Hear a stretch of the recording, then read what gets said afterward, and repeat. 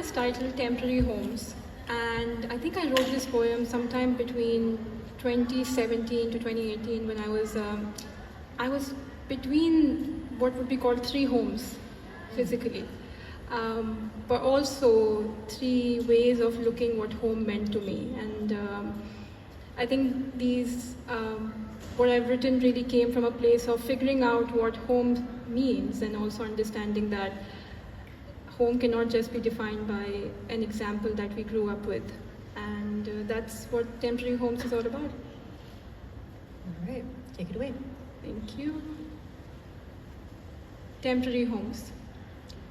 I once rented an apartment that belonged to someone else, someone who loved lavender, as the walls of the living room indicated, someone who liked the sun pour onto their bedroom sheets while the window lay curtainless and its panes remained spot-free.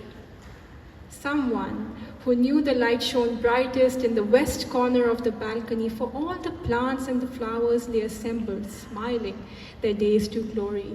Someone who loved pigeons but did not make friends with them, for several packs of grains lay in the feeding trays, completely sealed. Someone had left their heart permanently in a temporary home.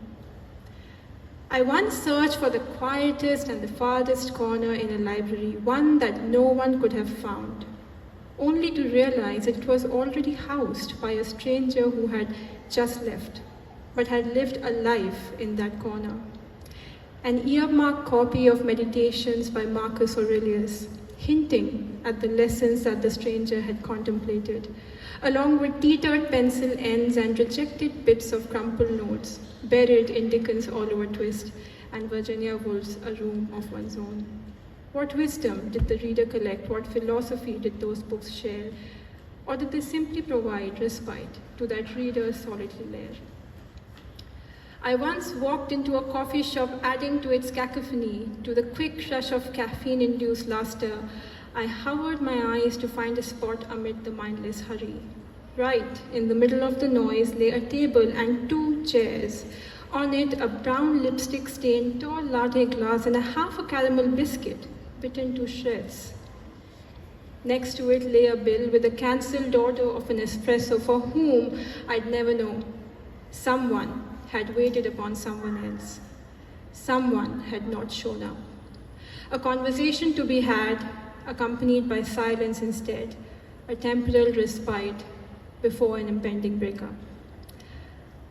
I once waited at an empty bus stop at night with a familiar stranger who stayed until my bus arrived. She wore a red sari, blue sandals, and had a baby that cooed calmly. We didn't speak a word. We didn't know where we both were headed, yet we signed a social contract to be each other's company for minutes that seemed longer than hours and yet felt calming strangely. We never saw each other again, and yet lost ourselves in each other's lives permanently. I once walked into someone's heart just like that, knowing it wasn't mine to stay. Yet I laughed and cried along with it, hoping that it would say those words I wanted to hear. But I knew I wouldn't have stayed. I would have wandered away. And I knew it would hurt for as long as I remained, for I was overstaying my visit, and love had long left.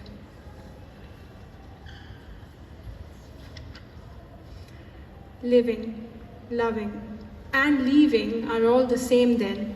Fleeting moments of rest as emotional solvents. Try as we might to protect ourselves from change, it always comes knocking on our doors, crashing through hallways. Homes and hearts are all the same, filled with so much love and so much void.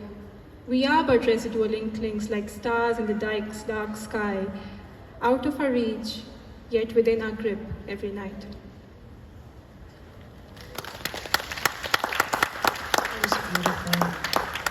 You know, when Mariyam and I discussed doing this together, we were talking about how this entire set is basically a work in progress, because we feel like works in progress, and that the spaces we inhabit, especially in a city, can make us feel quite temporary. This poem that I'm gonna do is called Paradise City. Some of you may have heard it already. So if you want, you can sing along to the first part, which is based on a Guns N' Roses song. If you know the song, very good, you're very cool. If you don't know the song, you need to level up. Yes, you are